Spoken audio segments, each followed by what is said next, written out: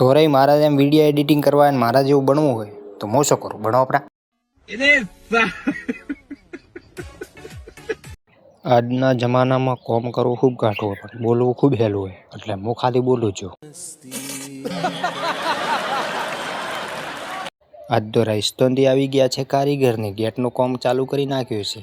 તમે જોઈ શકો છો મોટા મોટા બીમ પણ લાયા છે.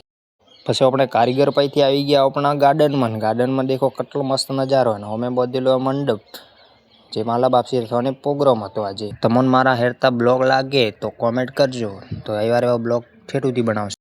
પછી આપણે તો આવી ગયા રસોડામાં દૂધ પડ્યું હતું, આવીને પાયું પર મને કહેતા હશે કે તમે મને દૂધ પાશો ને તો હું તમને સપોર્ટ કરું, લાઈક ફોલો કર્યા દઉં એટલે દૂધ પા દો.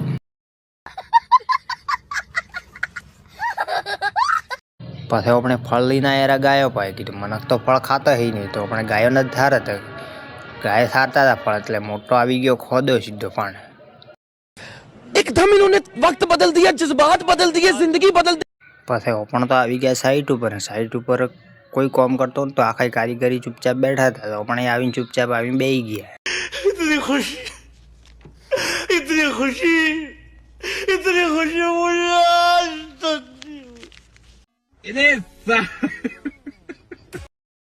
આજ તો પહોંચવા દે ભેગા થકા નવરા થઈ ગયા હતા. તે આવીને બેઠા હતા, મારતા હતા આખા ગપ્પ. વગદારોમની તો અત્રી હરમ આવતી હતી કે વડલારી પાડ જ આખી આડી કરી નાખી હતી. हमको मारो, हमको जिंदा मत छोड़ो सालो, हम कोई मंदिर का घंटा है कि कोई भी आके बजा जाता है. મારા પિન્ટુભાઈ તો હરમ આવતી નથી, સદાન હરમ આવતી હતી, હાવણી આડી કરી નાખી.